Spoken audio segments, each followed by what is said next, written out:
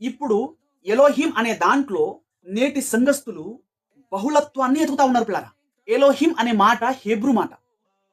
ఇప్పుడు హెబ్రీయులకే ఆ భాషకు పుట్టుకనిచ్చి, ఆ భాషకు కారణమై, ఆ భాషను వాళ్ళ యొక్క జీవితంలో అన్వయించుకుంటూ, వాడుకుంటూ, ఆ భాషలోని అనేక లిటరేచర్స్ కలిగినటువంటి స్కాలర్స్ ఉన్నారు పిల్లరా. మేధావులు ఉన్నారు అక్కడ. వాళ్ళు దేవుణ్ణి త్రియేక దేవునిగా నమ్మారు అని చెప్పి అని కానీ, లేదంటే త్రియేక దేవుణ్ణి ఆరాధన చేశారని కానీ, ఒక్క లేఖన ఆధారం కూడా లేదు.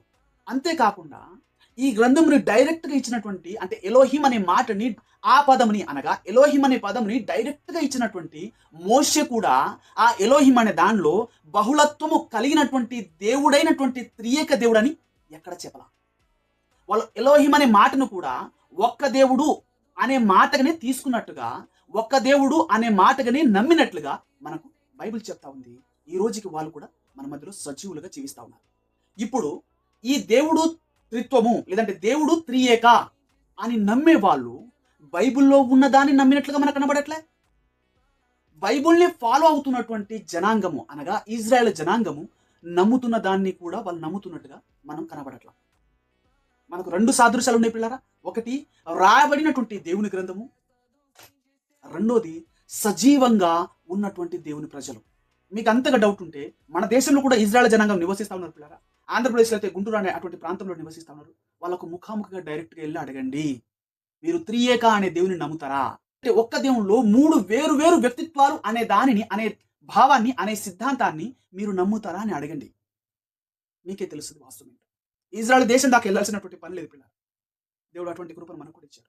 అటువంటి ఇజ్రాయెల్‌కే తెలియని బహుళత్వము, ఎలోహిం అనే పదంలో ఆ బహుళత్వము వీరికి అంటే హెబ్రూ భాషకి ఎటువంటి సంబంధం లేకుండా ఉన్నటువంటి ఈ అన్య జనాంగానికి బహుళత్వము కనపడతా ఉంది ఆ ఎలోహిం అనే పదంలో. వారు ఎవరికి తెలియని బహుళత్వము వీరెందుకు ఆ పదంలో ఎతుకుతున్నట్టు? యాక్చువల్లీ ఆ పదంతో, ఆ హెబ్రూ పదంతో వీళ్ళకి సంబంధం లేదు. త్రిత్వం అనే పదాన్ని తీసుకొచ్చినటువంటి టర్టిలియన్ ఎందుకు ఆ పదాన్ని ఎతికినట్టు? ఒక్కసారి గమనించండి. దేవుని ఆత్మతోనే ఎతుకుతా ఉన్నాడా?